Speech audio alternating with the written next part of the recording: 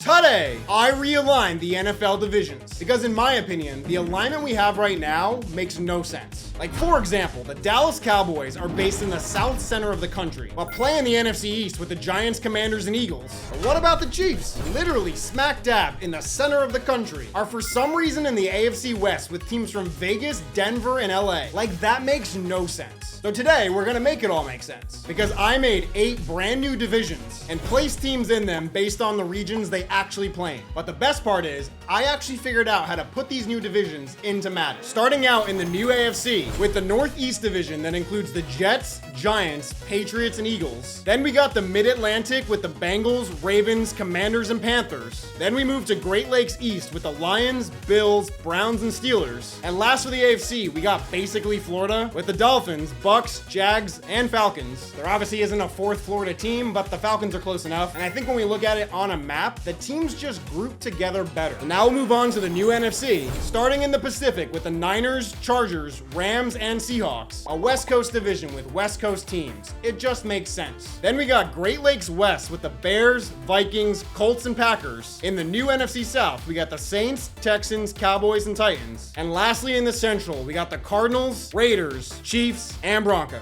If I'm being honest, I know the Central is the most spread out, but I do still think it works. Now, while I was able to make the game recognize the new divisions and give accurate standings when we get to the playoffs, I wasn't able to get it where it would automatically change the team's schedules to reflect their new divisions, but I figured out a solution. Basically, I had to mod the rosters to play in the correct divisions. So for example, if we go back to Great Lakes East, the Steelers and Browns are totally normal, but the game now thinks the Bills roster is the Ravens, and the Lions roster is the Bengals. Which I know sounds confusing. When we look at the standings and the season stats, it'll all be the correct players on the correct teams based on the new divisions. I just want to explain a little bit how it works in the back end so that you know that the results actually are correct. By the way, please hit the subscribe button, hit the like button. This took so much time to set up. Like I figured this out months ago, but I've just been waiting for Madden 26 to do it. So please, hit the buttons. So now we can sim to the playoffs and see how much this realignment actually shook up the NFL. Starting out in the Northeast division where the Eagles won it at 11-6. No surprise the Giants and Jets are still very mid. In the Mid-Atlantic, the Ravens won it at 12-5, with the Commanders and Bengals both making the playoffs as well. In the Great Lakes East division, Buffalo makes it in at 9-8. And lastly, in basically Florida, the Bucks were the only team to make it in. So now going over to the NFC side, the Niners won the Pacific division at 10-7. No surprise, the Chiefs won the Central, with the Broncos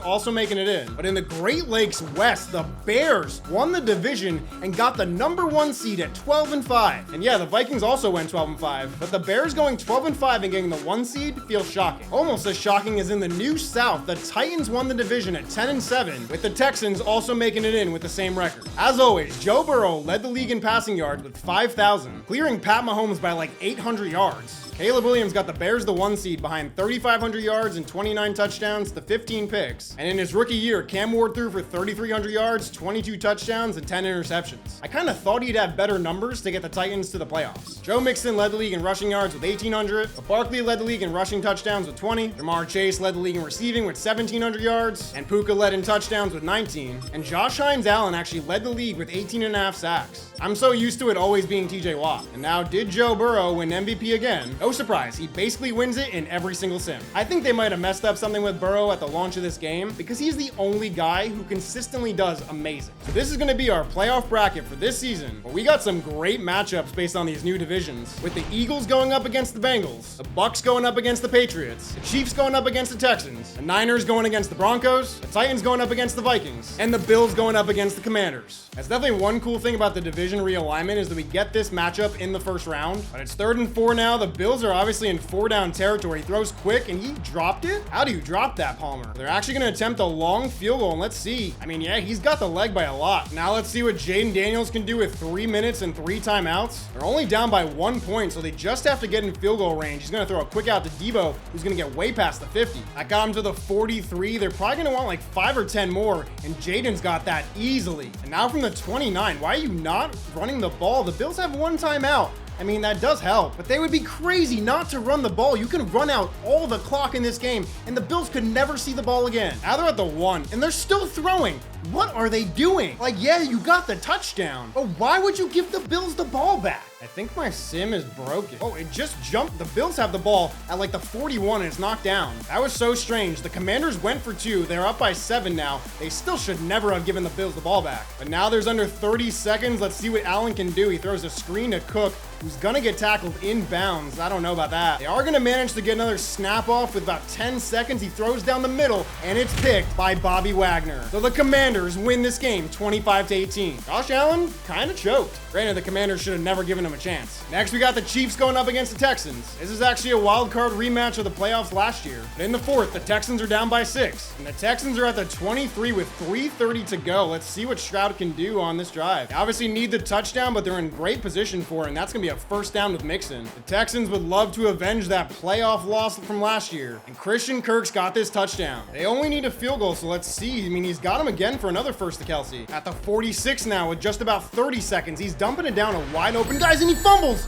And I think the Texans got it. Jalen Petrie recovered it, which won the Texans the game. I thought the Chiefs were definitely gonna win it. So next we got the Patriots versus Bucks. And the winner of this game gets custody of Tom Brady. And it's gonna be the Bucks because the Patriots did not show up to play. Drake May threw 4 interceptions in this game. But next up, we got the Vikings versus Titans. I'm surprised Cam Ward even got the Titans to the playoffs, so I'm low-key rooting for them. But wow, they are getting smoked in this game. And they end up losing 34-13. Cam Ward was not ready for the playoffs. And last for the NFC, we got the Broncos versus Niners. But the Broncos won 24-5. That might be the weirdest score I've ever seen. I feel like that's gotta be scoregami. Last up for this round, we got the Eagles versus Bengals. And with 2:30 to go, the Bengals have the ball down by 5. He throws quick out to Higgins. That was a great block on the outside. That got him all the way to the 28. So let's see, Burrow's throwing out again. That's gonna be another first down. Now after the 2-minute warning, they're at the 20. He's gonna check down again. And he fumbled. Oh my God, it was picked up. The ball just died on the ground there. Thankfully, Higgins got it. That does make it third down though. He's gonna throw the screen.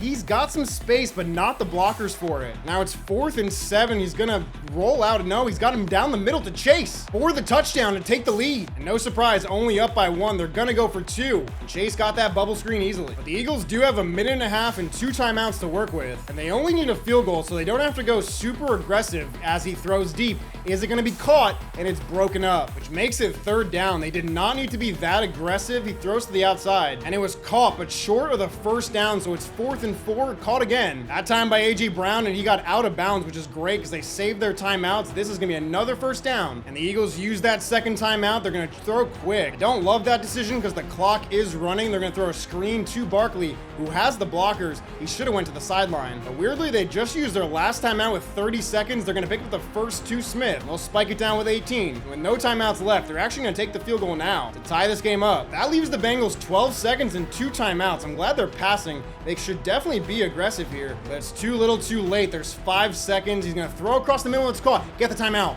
With 1 second. I can't believe they got that down with 1, and they're gonna nail the kick to win the game as time expires. Now moving on to the divisional. We'll start with the Commanders versus Bucks. We got a 1-point game with 3:30 to go in the 4th. Bucks are already at the 39, so I would say they're in field goal range. He's going deep to Mike Evans, who's got the touchdown, and they got the 2-point conversion as well, so it's a full touchdown lead. Commanders do have 3 timeouts and the 2-minute warning, so they don't really need to panic. I don't know what he's doing. Daniels got happy feet in the pocket and ran right into the Reddick sack. He's gonna throw deep, and it's caught. They desperately needed that because they don't have that much time left. Now up to the 34. Let's see what Daniels is gonna do. I was gonna say he could use his legs, but time is gonna be a factor. They burned their first timeout. I thought they actually had less, but he's getting sacked. Now it's 3rd and 16 with 1 timeout, minute 15 to go. Daniels is gonna lob it up to the sideline, and it's not caught. Now season's on the line here on 4th down. Daniels has time. Where's he gonna go with this? Don't run.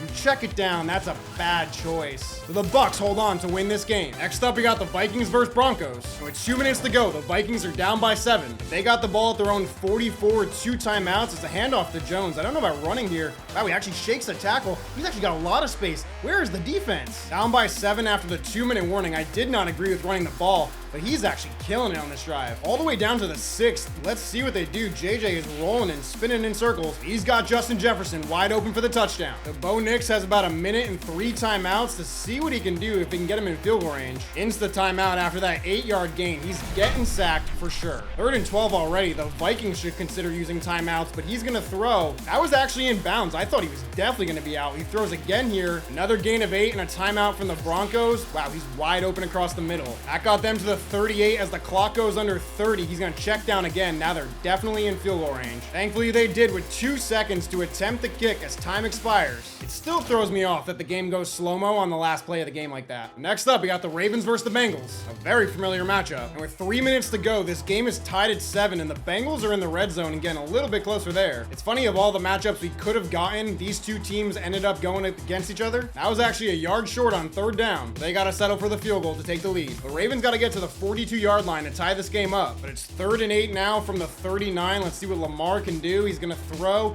He does have his man. Well, they got the 1st down, but had to use the last time out, which is going to be trouble for him.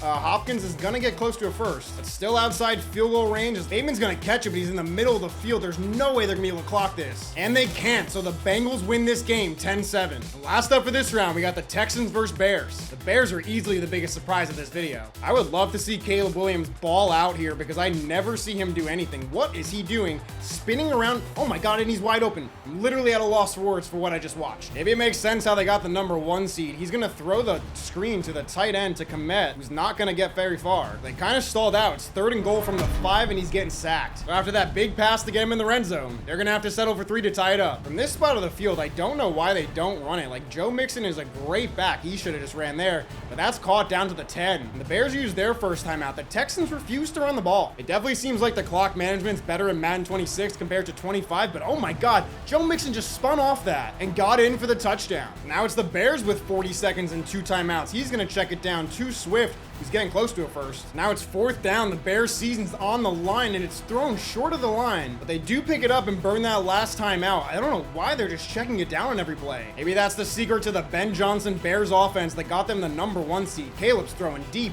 There's no way this is caught. I mean, I'm glad they took a shot to the end zone, but it was overthrown by a mile, and it's picked off. So the Texans are going to the NFC Championship. And on the AFC side, we got the Bucs versus Bengals. With about 2 minutes to go, the Bucs are up by 3 inside the red zone. Bengals wisely use their 1st timeout to try to preserve as much time as they can. And if they get the stop here on 3rd down, they'll have a 2-minute warning to stop the clock. And they can't convert, so they have to settle for the field goal to extend their lead to 6. So Burrow's got a minute 50 and 1 timeout to play with, and he's getting sacked. A terrible start to this drive, and he's going to throw quick to chase for nothing. The Bengals are just imploding here. Like, what are they doing? And they're throwing deep here. Hopefully he's got him someone, and he's got Higgins, who's going to go all the way for the touchdown. That was an insane throw. Now it's back to the Bucs, who have 3 timeouts, and they're running the ball, which makes absolutely no sense in this scenario where you're down by 1 and got to get in field goal range. Well, it's already 3rd down. I mean, they really went nowhere fast and cost themselves a timeout, and he's going to get sacked. I guess it's the Bucs' turns to implode on offense, and he's going to throw deep. I swear if this is caught, it's broken up. So the Bengals are going to the Super Bowl. Will they face the Broncos or Texans?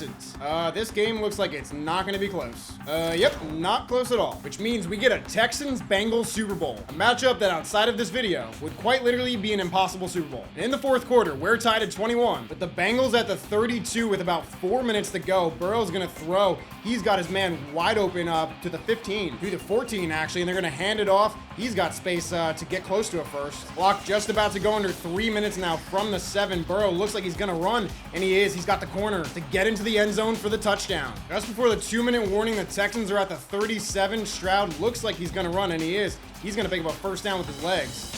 And he fumbles. Oh my God, and the Bengals pick it up. No, the Texans got it. That was the luckiest bailout for Stroud. Like, I thought this was over for the Texans. Tank Dell's going to get close to a 1st. Now they're at the 36, and they just used their 1st timeout. He's going to throw to the outside, and it's caught. And out of bounds for another 1st down on Nico Collins. Stroud's going to throw again to the outside, and it's caught. That one stayed in, though, so now we're about to tick under a minute, but they're going to pick up another 1st down here. Now they're at the 4 with no timeouts. Let's see where Stroud's going to go. He's going to get sacked and fumbles again. And Shamar Stewart, of all people, after his holdout, picks it up. So the Bengals hold on to win the Super Bowl. Hope you guys enjoyed this video because I've been wanting to do it for a really long time. Reminder to check out the brand new merch at Weej.shop. Giving away 5 copies of Madden this weekend to people who purchase an item from the store. But yeah, I'll see you guys next time. Be good people.